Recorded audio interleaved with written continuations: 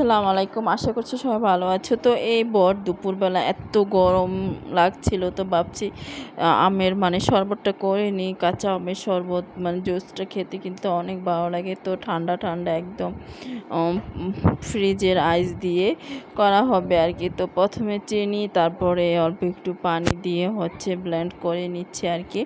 তো এই গরমে বাসায় সবাই আছে, যেহেতু স্কুল বন্ধ ছিল, বাচ্চারাও বাসায়। তো এই টাইমে দুপুরবেলা আসলে এইসব খাবারগুলি দুপুরবেলায় খেতে ভালো লাগে। তো এই তো আর কি করা, আমগুলোকে কেটে পরিষ্কার করে ধুয়ে নিয়ে ব্লেন্ড করা হচ্ছে আর কি। তো সবাই মিলে খাবো আসলে। আর এই জুসটা কিন্তু আমার কাছে অনেক ভালো লাগে, যেহেতু টক মিষ্টি খেতে কিন্তু অসাধারণ লাগে। তো এই তো আমি করে নিচ্ছি। আর কারেন্টও থাকে, কারেন্ট আমাদের এখানে যায় না বলতে গেলে। তো এই তো করে নিলাম একটু পানি মিশিয়ে। আর এত বেশি ঘনও খেতে ভালো লাগে না, একটু পাতলা হলে ভালো লাগে। তো এই তো নিচ্ছি, আমিও খাচ্ছি, বাচ্চাদেরকেও দিচ্ছি। তো এই তো শরবতটাতে একটু আইসও দিলাম।